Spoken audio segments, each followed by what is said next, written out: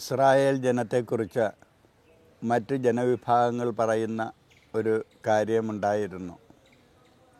തങ്ങളുടെ ദൈവം ഇത്ര സമീപസ്ഥനായിരിക്കുന്ന മറ്റൊരു ജനവിഭാഗം വേറെയില്ല. ഓർക്കണം, ക്രിസ്ത്യാനികളായ നമ്മളെക്കുറിച്ചും മറ്റ് ജനവിഭാഗങ്ങൾ ഇങ്ങനെ തന്നെ പറയുന്നുണ്ട്.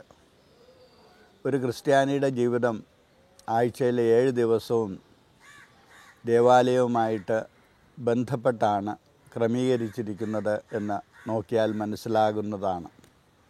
എന്തുകൊണ്ടാണ് ഇങ്ങനെ? കർത്താവ് ഭവനം പണിയുന്നില്ലെങ്കിൽ പണിക്കാരൻ വെറുതെ അധ്വാനിക്കുകയാണെന്നും, കർത്താവ് കാവലിരിക്കുന്നില്ലെങ്കിൽ കാവൽക്കാരൻ വെറുതെ ഉറക്കമിളക്കുകയാണ് എന്നും നമ്മൾ വിശ്വസിക്കുന്നു. ഇസ്രായേലിനുണ്ടായിരുന്ന നിയമം നമ്മൾ മനസ്സിൽ നമ്മുടെ നിയമമായിട്ട് തന്നെ എടുത്തിട്ടുണ്ട്. ഉണ്ണുമ്പോഴും ഉറങ്ങുമ്പോഴും ഇരിക്കുമ്പോഴും നടക്കുമ്പോഴും കർത്താവ് നമ്മളോടുകൂടെയുണ്ട് എന്നൊരു ബോധം ഒരു നല്ല ക്രിസ്ത്യാനിക്ക് എപ്പോഴുമുണ്ട്.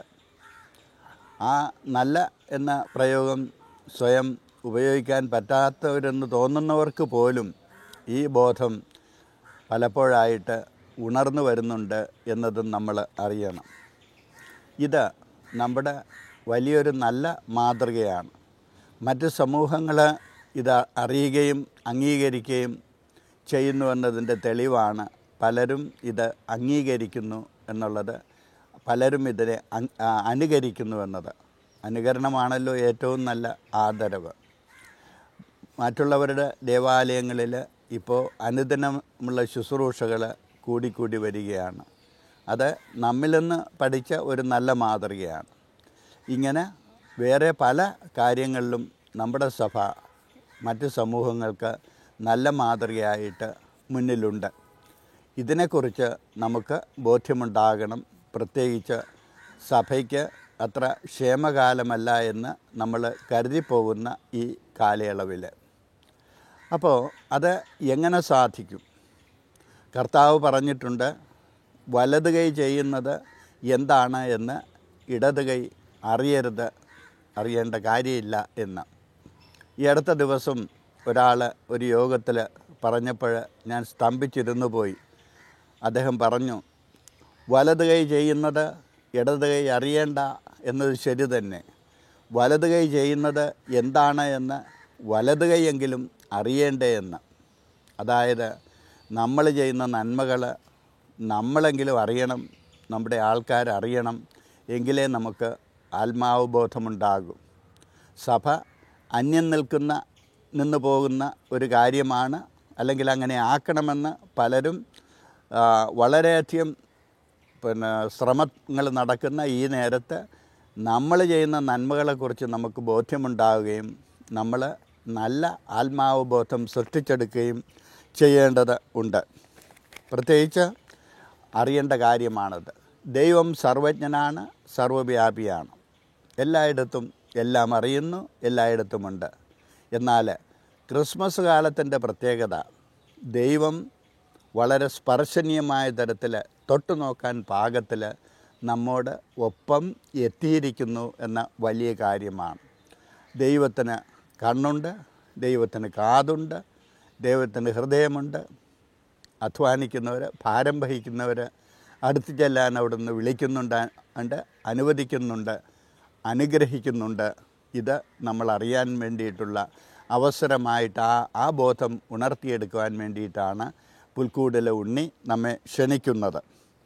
അറിയണം ഇക്കാലത്തിൻ്റെ കൗശലം കൊണ്ട് പലപ്പോഴും, പിന്നെ കരുത്തുകൊണ്ടും മനുഷ്യരെ തമ്മിലിങ്ങനെ വകഞ്ഞു മാറ്റാനും ചേരിതിരിക്കാനും ഒക്കെ വലിയ ശ്രമങ്ങൾ നടക്കുന്ന ഇക്കാലത്ത് ക്രിസ്മസ് നമ്മളോട് പറയുന്നത് നമ്മൾ കൂടെയായിരിക്കാനാണ്.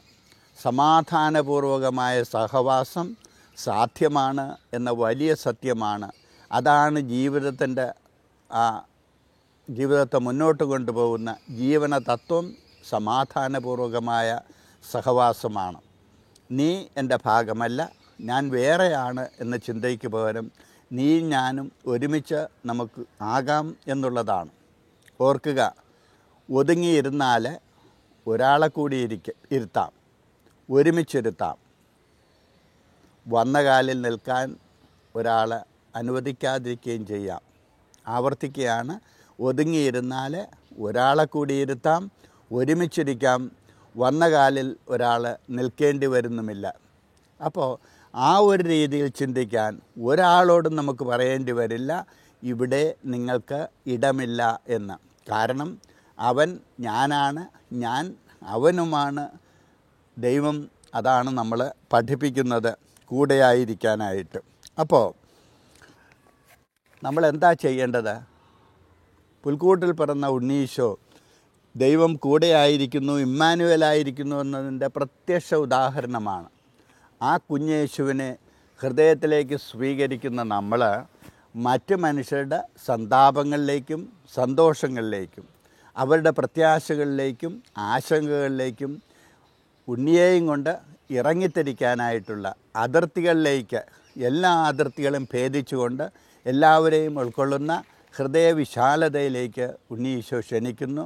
ആ ഉണ്ണിയേശുവിൻ്റെ ക്ഷണം സ്വീകരിച്ചുകൊണ്ട് ഇരിക്കുന്നതിന് പകരം ദൈവവചനവും ഉള്ളിൽ പേറിക്കൊണ്ട് ദൈവത്തിൻ്റെ സുവിശേഷവും, പിതാവ് ഏകനാണ്, നമ്മളെല്ലാവരും മക്കളാണ്, അവിടത്തേക്ക് നമ്മോട് കരുതലുണ്ട് എന്നുള്ള ആ സന്തോഷം പകരാനായിട്ട് നമുക്കൊരുമിച്ച് മുന്നോട്ട് നീങ്ങാം. ഇതാണ് ക്രിസ്മസിന് എനിക്ക് നിങ്ങൾക്ക് തരാനായിട്ടുള്ള വലിയ സന്തോഷത്തിൻ്റെ വാർത്ത.